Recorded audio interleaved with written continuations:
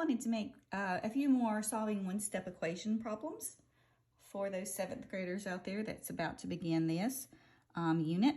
We have p minus 5 equals negative 2, and our job is to isolate this variable p. Now, a variable is the letter, and these numbers here are the constants, and there's an equal sign. So you really have a left and a right side of an equation. So think of it as the left and the right side of the equation.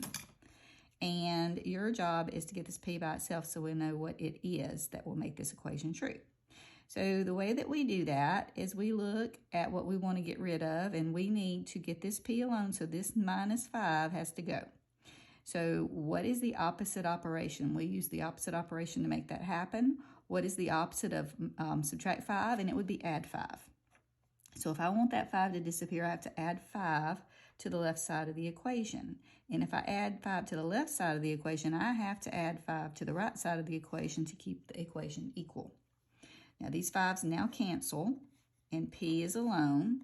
And on this side, I have a negative 2 plus 5. And in your previous lessons, you learned that you've got to subtract those and keep the sign of the number with the largest absolute value. So 5 minus 2 is 3, and since 5 is bigger than 2, I'm going to keep the positive 3. All right, we can check that to see if it works.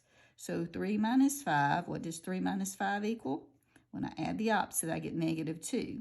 Well, it was supposed to be negative 2, so that worked. This is my solution, p equals 3. Here's one with a decimal.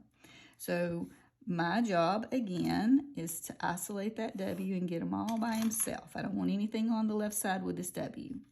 What is the opposite of add 13.2? Well, it's subtract 13.2. So whatever I do to the left side of the equation, I have to do to the right side of the equation. So I have w equals 10.4 minus 13.2.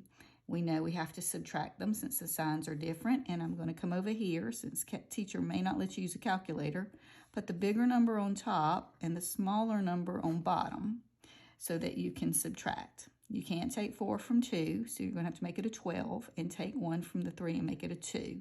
You can take 0 from 2, so you don't have to borrow anymore. 12 minus 4 is 8. Bring down your decimal. 2 minus 0 is 2, and 1 minus 1 is 0. Now, 13.2 is bigger than 10.4 as far as the absolute value goes, so it will be a negative. So negative 2.8. Okay, if you're wanting to check that to make sure, hey, is that correct? Take your negative 2.8 and add it to 13.2 to see if you get 10.4. So let's come over here and check it. I need that 13.2 on top and that negative 2.8 on bottom. Make sure you line up your decimals. You can't take 8 from 2, so make that a 12 and make that 3 become a 2, so you're borrowing 1. 12 minus 8 is 4. Bring down your decimal. 2 minus 2 is 0. And 1 minus, there's nothing there, is 1. So I get 10.4. And look right here, it was 10.4, so that did work. So this is my solution, and this one here is my solution.